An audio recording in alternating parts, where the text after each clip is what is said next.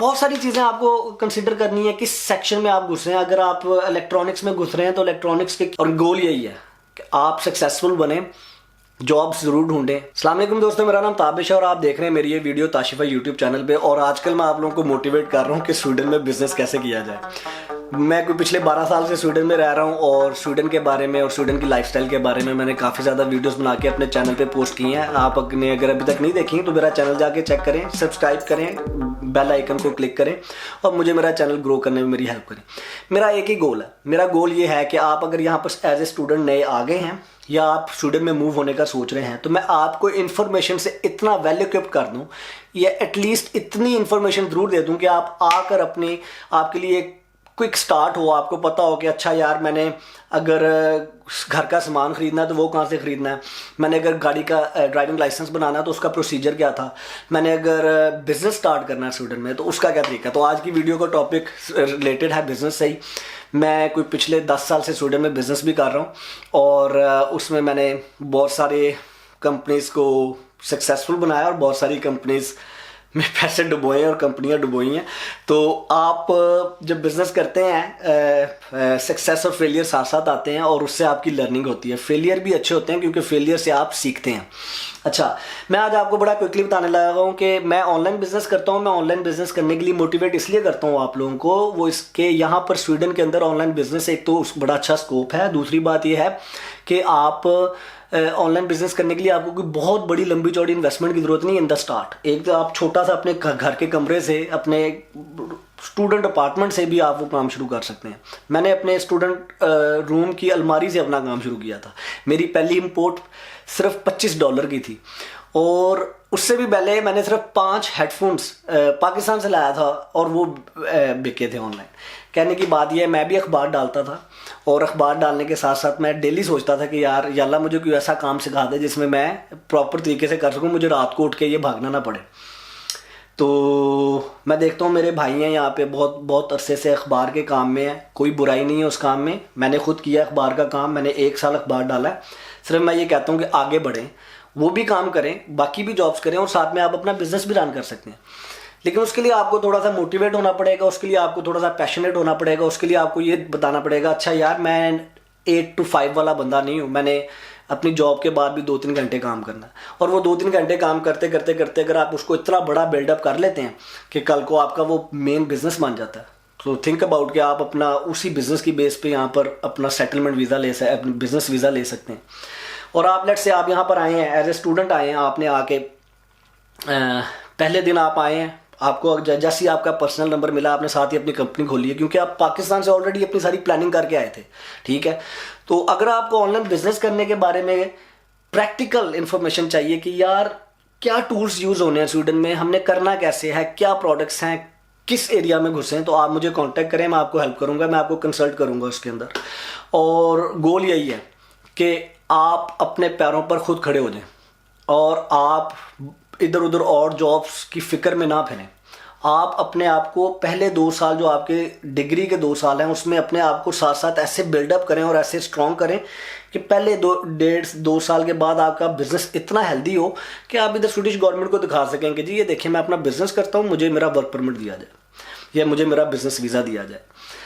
अच्छा, मैं नहीं कह रहा कि सब ऐसा कर पाएंगे, लेकिन अगर कोई एक बंदा भी इन वीडियोस को देख के ऐसा कर पाएगा तो मेरे लिए वही सक्सेस है। ठीक है, अच्छा, उसमें यह है कि उस बिज़नेस को ऑनलाइन बिज़नेस मैं इसलिए कहता हूँ क्योंकि वो मैंने आपको बता दिया कि वो बहुत ज़्यादा एक्सपेंस नहीं आता।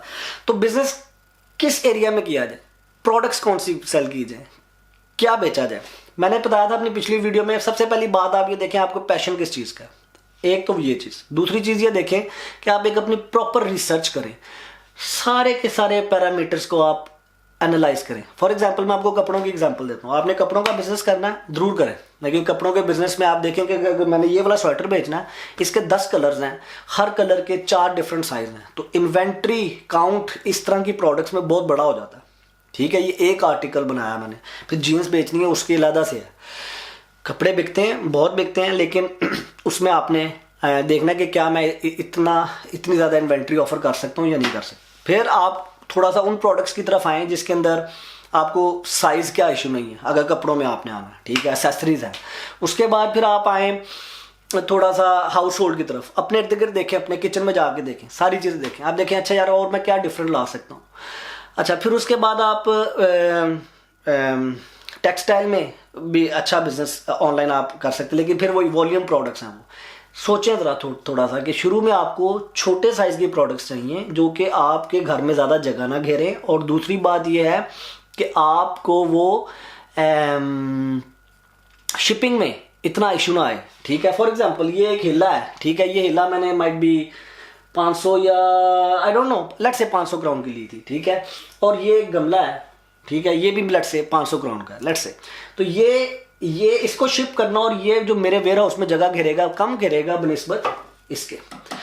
तो और बहुत सारी चीज़ें आपको कंसिडर करनी है किस सेक्शन में आप घुस रहे हैं। अगर आप इलेक्ट्रॉनिक्स में घुस रहे हैं तो इलेक्ट्रॉनिक्स के क्या रूल्स एंड रेगुलेशंस हैं उनको आपने ज़रूर फॉलो करना है। आपने ऐसी प्रोडक्ट्स मंगवा के नहीं बेचना शुरू कर देनी स्वीडन के अंदर, क्योंकि आप एक बहुत रियली बड़ी ट्रबल में फंस सकते हैं। मैंने इस चीज़ को सफ़र किया। हम एक चार्जर बेचते थे जो कि सेफ़ नहीं था, लेकिन हमें हमारे सप्लायर की तरफ से सारे सेफ्टी के डॉक्यूमेंट्स मिले थे। ROHS होता है, उसके बाद FCC और CE मार्किंग होनी चाहिए प्रोडक्ट के ऊपर, हमें सारे डॉक्यूमेंट्स मिले हुए थे। लेकिन प्रॉब्लम ये था कि वो फेक डॉक्यूमेंट्स थे उसने हमें दिए।